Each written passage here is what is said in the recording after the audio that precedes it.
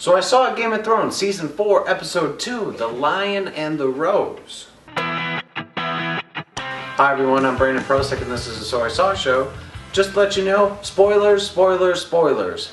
For the rest of these Game of Thrones reviews, if you haven't seen the episode, don't watch this review. I'm going to be talking about the deaths, the twists, the turns, the plot points. Just if you don't want to know, don't watch it, okay? So let's jump right into it. Joffrey, f*** you, you're dead, f*** you. A lot of people just have to be rejoicing. God, Joffrey, you are such a little goddamn prick. A wedding without death is a dull affair to Dothraki. And wow, I hope to see a lot of reaction videos, sort of like during the Red Wedding episode, only this time it's people, instead of going like, they'll be going like, oh yeah, f*** you, woo! I remember back when I first saw the pilot that I was like, God, someone's got to kill him, and I'm sure everyone has felt that way. His character being so hated by me is the reason why I started looking up spoilers on Wikipedia, because I was like, God, this little asswipe has to die. I found out that he did die, and before I know it, I kept reading, and now I know everything that happens up to A Dance of Dragons from the Wikipedia summaries. He was the most hated character of the show, by far. I know everyone hates Cersei, Tywin when he's a prick to Tyrion, people hated Jaime at first, but no, everyone could agree to hate on Joffrey. I gotta give props to Jack Gleeson. I don't know how he's put up with this shit for 4 years, but now he could finally just relax. Let's jump into the review of the whole episode, because yes, that was a huge death, but this wasn't the only thing that happened. Let's talk about the goods, let's talk about the bads. First, let's talk about the bads of this episode. We checked in with Roose Bolton and Ramsay Snow and Theon, now known as Reek. I gotta say, okay. They're trying to somewhat bore us this episode a little bit, so that when the Joffrey death came, that it really just flipped our shit. Now they know that Bran's alive, Bran and Rickon are alive, and they're gonna go after him, and they're kind of square off Boltons versus Greyjoys, or as I like to say, Who Cares versus Who Cares 2.0. I'm not interested in the Boltons, really. Hell, most of seasons 2 and 3, Roose Bolton was around, but no one even knew who he was until the Red Wedding. So why are we all of a sudden supposed to treat him like a main character? One of the other bad things was one of the other plot points of the episode was Stannis, Melisandre, and Davos. Melisandre was burning Stannis' brother-in-law, and yeah, that's it.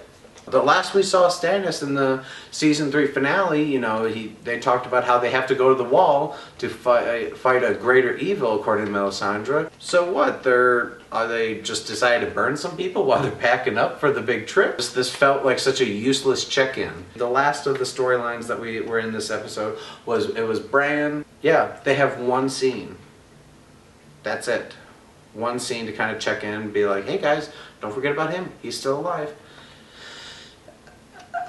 There's nothing much more I can say about it. That's what's so sad about this episode, and you know, it's sad to see me that George R. R. Martin actually wrote this episode, is because we had such strong stuff in King's Landing. He tried to make all this other stuff, you know, important too, and just wasn't. Just fell flat. Let's jump over the goods of the episode. I loved a lot of the interactions in King's Landing. We had so many mixed matchings of the characters. The other things I loved, we got to finally have a Tyrion and Jaime brothers scene. Believe it or not, we haven't had a scene with them together since I think it was episode 2 of the entire show. They're kind of like the two lovable Lannisters, if you will. Another thing I love, we've seen it in the trailers and the previews. We saw that Bronn was kind of having a squaring off session with Jaime. I like this, you know, that they're finally using Bronn. Bronn has been just taking a back seat all of season 3. And they gave him a purpose. They gave him something to do besides just be Tyrion's wingman. And we're getting to the end of the episode here. You know, we've had this great feast, this wedding. Yeah, the peasants, they seem to be having fun. You know, they love Joffrey. Everything's going great. And of course Joffrey decides, you know what, I haven't been to douche to my uncle in a while. I should do that. You know, he decides to, you know, pour some wine on him, just totally chastise him in front of the entire kingdom, where all the guests are just right there in the open. And you know, the great thing about this was you knew they were building to something, because we've seen these altercations before. But now that he's king and he's in front of everyone, you know he's not going to hold back.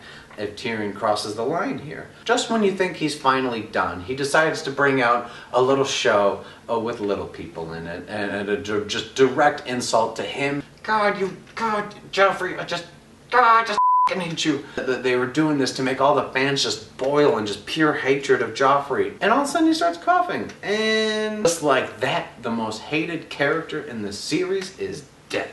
And the worst and the biggest twist of them all is while he's dying, he points towards Tyrion.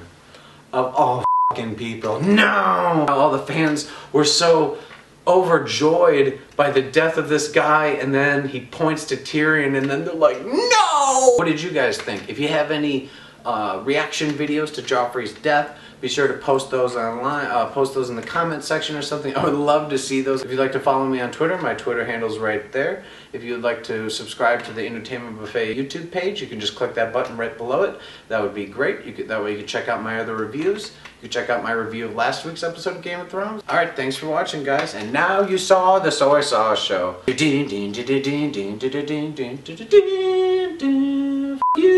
Joffrey.